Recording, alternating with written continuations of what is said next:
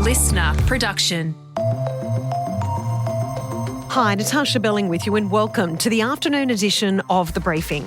Coming up in our deep dive, new CCTV has been released of an alleged daylight kidnapping in suburban Sydney. The man was returned unharmed this morning after allegations of a multi-million-dollar ransom and a police investigation. But the kidnappers are still on the run. It's the latest in a series of daring crimes across Sydney this year. So what's behind these brazen attacks? We'll have more in just a moment. But first, let's check the afternoon headlines this Monday, the 3rd of November. Calls are growing for Optus boss Stephen Rue to stand down as he's grilled during a Senate inquiry over the company's failures during the deadly 000 outage. Mr Rue admitted there were multiple escalation failures in the telco giant's response to the massive outage last month. While the CEO did offer an apology, he refused to resign. As the CEO, I'm accountable for Optus's failings, and I'm deeply sorry. We are all deeply sorry.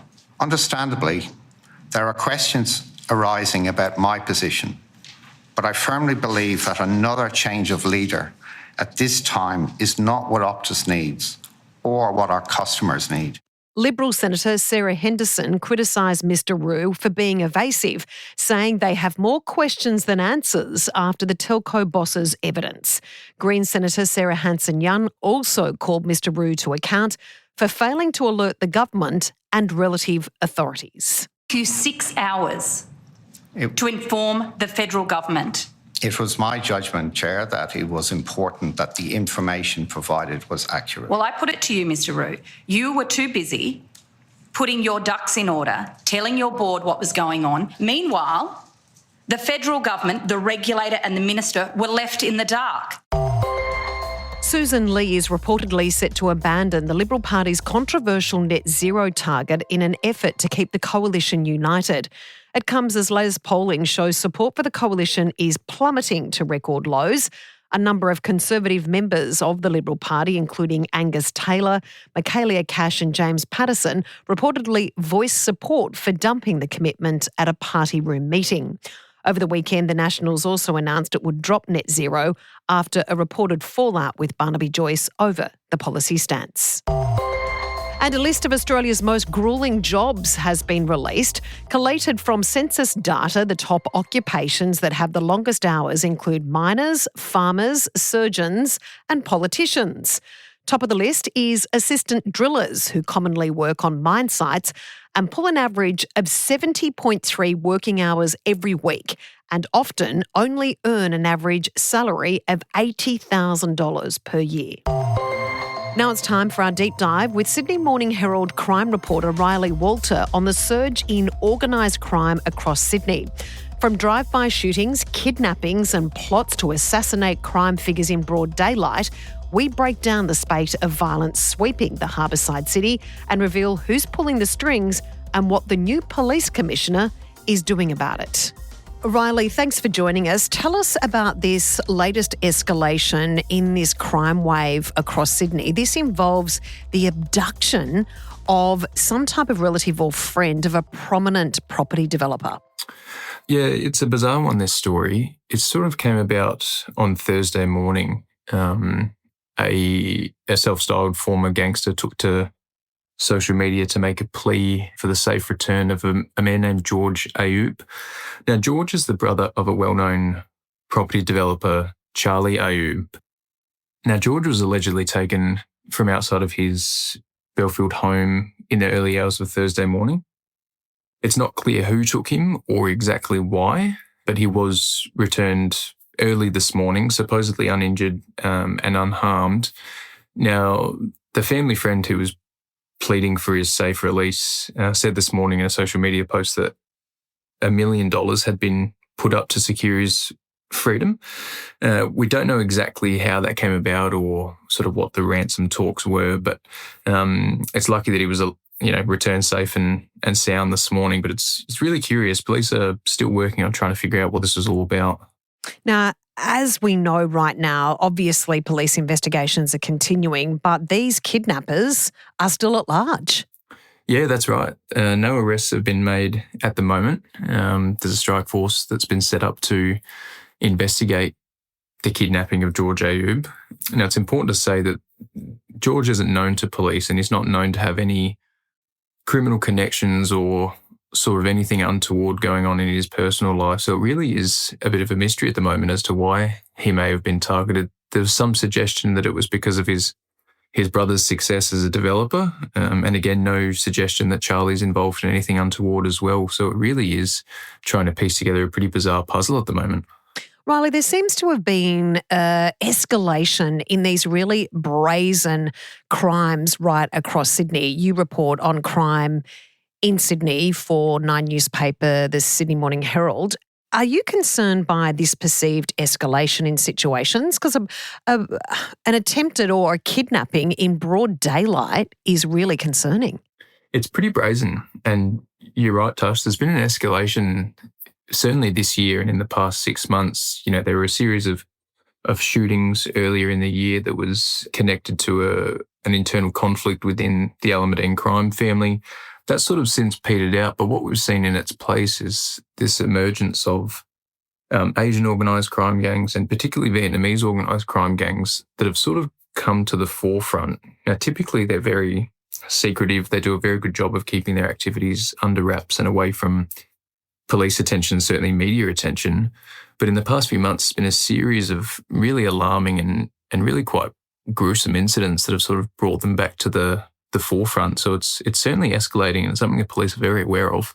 Daniel Badger has emerged as a key player in a Southeast Asian organised crime syndicate, and particularly for his alleged involvement in the methamphetamine trade. Law enforcement authorities here think that he is one of, if not the biggest manufacturer and distributor of methamphetamine into Australia. There were a series of other crimes that they're now looking at that they believe may be linked to Badger's syndicate and a sort of ongoing battle, I suppose, for control of what's a very lucrative drug market at the moment. So, Riley, would you say, and we'll get to another case that certainly raised a lot of alarm in just a moment, but would you say then, with your crime reporting, a majority of these crimes, including we know there's been a number of drive-by shootings right across southwestern, western Sydney, that this is part of the drug syndicate or the drug underworld? Or is this also got to do with the illegal tobacco industry, which we know is worth hundreds of millions of dollars? Well, illicit tobacco is sort of a big catalyst for this kind of conflict interstate, particularly in Melbourne. Here in Sydney, most of the conflict at the moment arises from the drug trade. Illegal tobacco hasn't reached the same sort of level. Not to say that it isn't around. There's certainly an indication that there's plenty of illicit tobacco around. There were some big seizures just last week, but this real violence that we're seeing seems to be stemming from the drug trade and control for that drug market, which in Sydney in particular is a very lucrative market. So for the time being, police are quite comfortable in saying that this all appears to be linked to drugs in one way or another rather than tobacco or any other sort of commodity. And Riley, in regards to, as I mentioned earlier, there was another really concerning incident where police, actually heavily armed police, broke into this car and ended up arresting a number of alleged offenders, and they had actually been able to, incredibly so, foil an alleged plot to actually turn up to a daycare centre, and it was some type of hit on a person that was going to go and pick up their child from a daycare centre. Yeah, that's right. Police were very lucky to be able to sort of step in when they did with this incident, and they foiled what they allege was a plot to murder a man that was working for a crime syndicate. Again, it's not exactly sure what the motives are in some of these cases, but what the detectives have been able to establish so far is that he was linked to a group known as the Final Crime Family that haven't always been on police radar. They kind of seem to be a new player, or at least have been able to skirt by without being noticed too much. But they believe that that group is linked to Daniel Badger and his broader syndicate that he's alleged to run from Southeast Asia. Now, what these supposed hitmen were alleged to have been planning was to actually assassinate this man while he was picking up his children from a busy daycare centre in suburban Sydney in the middle of the afternoon. So talk about brazen. This is about as brazen as it gets, with who knows how many children and other parents in the vicinity at the time. So, as you say, pretty miraculous for police to be able to sort of swoop in and stop that before it had got to that point. We have a new police commissioner here in New South Wales, as in Victoria. Top of the agenda, of course, is crime. There has been speculation from some experts saying that there are concerns that police have lost control of the streets. Do you believe that is true? I think what we see when these sort of conflicts arise, particularly in recent years, is that police will be very quick to establish a task force to really stamp out this violence. We saw that earlier this year with the conflict linked to the Alameddine crime family. Task Force Falcon was established specifically to stamp out the violence linked to that conflict. Now, in the few months that that's been established since May, when it was launched, there's been a real downturn in violent incidents. While there are still shootings and there are still, some violent incidents that happened in the background, the real public and brazen violence that was otherwise playing out has certainly simmered down. So I think when the police have the resources and are aware of exactly who they're dealing with and what they're looking at, I think for the most part they're able to keep it controlled. But it's really a matter of how quickly they can do that and sort of how much does the violence need to escalate before they can get to that point. But I know that police, and particularly the new commissioner here in Sydney, Mal Lanyon, would say that he's very comfortable with how police go about these things and the sort of handle they have on organised crime and violence that's linked to that at the moment. We really appreciate your time, Riley. Thanks so much for joining us. Thanks, Tash. That was Sydney Morning Herald crime reporter Riley Walter. And that's it for this episode of the afternoon edition of The Briefing. We'd love you to subscribe or follow us on Instagram at The Briefing Podcast. And we'll be back in your feed tomorrow morning. I'm Natarsha Belling. Thanks for your company.